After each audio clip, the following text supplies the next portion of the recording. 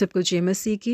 इस सुबह के समय हम एक वचन अध्ययन करेंगे जो मत्ती सुसमाचार के 24वें अध्याय के चौथे वचन से है।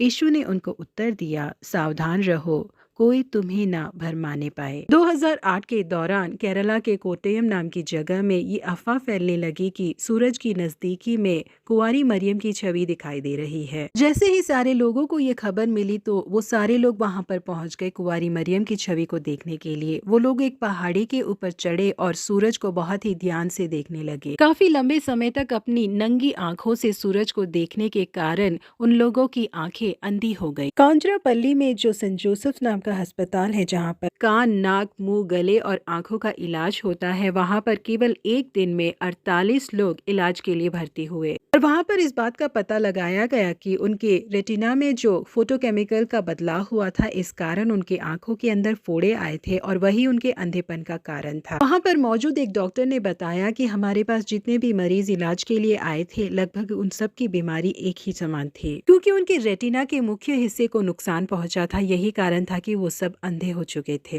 इसके बाद जितने भी लोग कुंवारी मरियम की छवि को देखने के लिए वहां पहुंच रहे थे, उन लोगों को चेतावनी देने के लिए वहां पर एक चेतावनी का नोटिस लगाया गया था। यहाँ प्रिय परमेश्वर के लोगों, इन अंतिम दिनों में हमें चिन्हों के पीछे नहीं दौड़ना चाहिए करके यीशु मसीह ने हमें पहले से चेतावनी दी है। यीशु मसीह ने मत्ती के 16वें अध्याय के चौथे वचन में कहा है कि इस युग के बुरे और व्यभिचारी लोग चिन्ह ढूंढते हैं। यदि हम यीशु मसीह के ऊपर और उनके शब्दों के ऊपर अपनी आंखों को लगाए बिना चिन्हों को ढूंढते फिरेंगे तो हम निश्चय ही भरमाए जाएंगे। यीशु मसीह ने पहले से ही हमें इन सारी चीजों के बारे में चेतावनी दे रखी है कि क्योंकि झूठे मसीह और झूठे भविष्यद्वक्ता उठ खड़े होंगे और बड़े चिन्ह और अद्भुत काम दिखाएंगे कि यदि हो सके तो चुने हुओं को भी भरमा दे। देखो, मैंने पहले से तुमसे यह सब कुछ कह दिया है, इसीलिए यदि वे तुमसे कहे देखो वह जंगल में है तो बाहर न निकल जाना, या देखो वह कोठरी में है तो विश्वास न करना। जैसा कि होशू की पुस्तक 4 अध्याय के 6 वचन में लिखा है, मेरे ज्ञान के न होने से मेरी प्रजा नष्ट हो गई। आज पवित्र शास्त्र के वचन का ज्ञान ठीक से न होने के कारण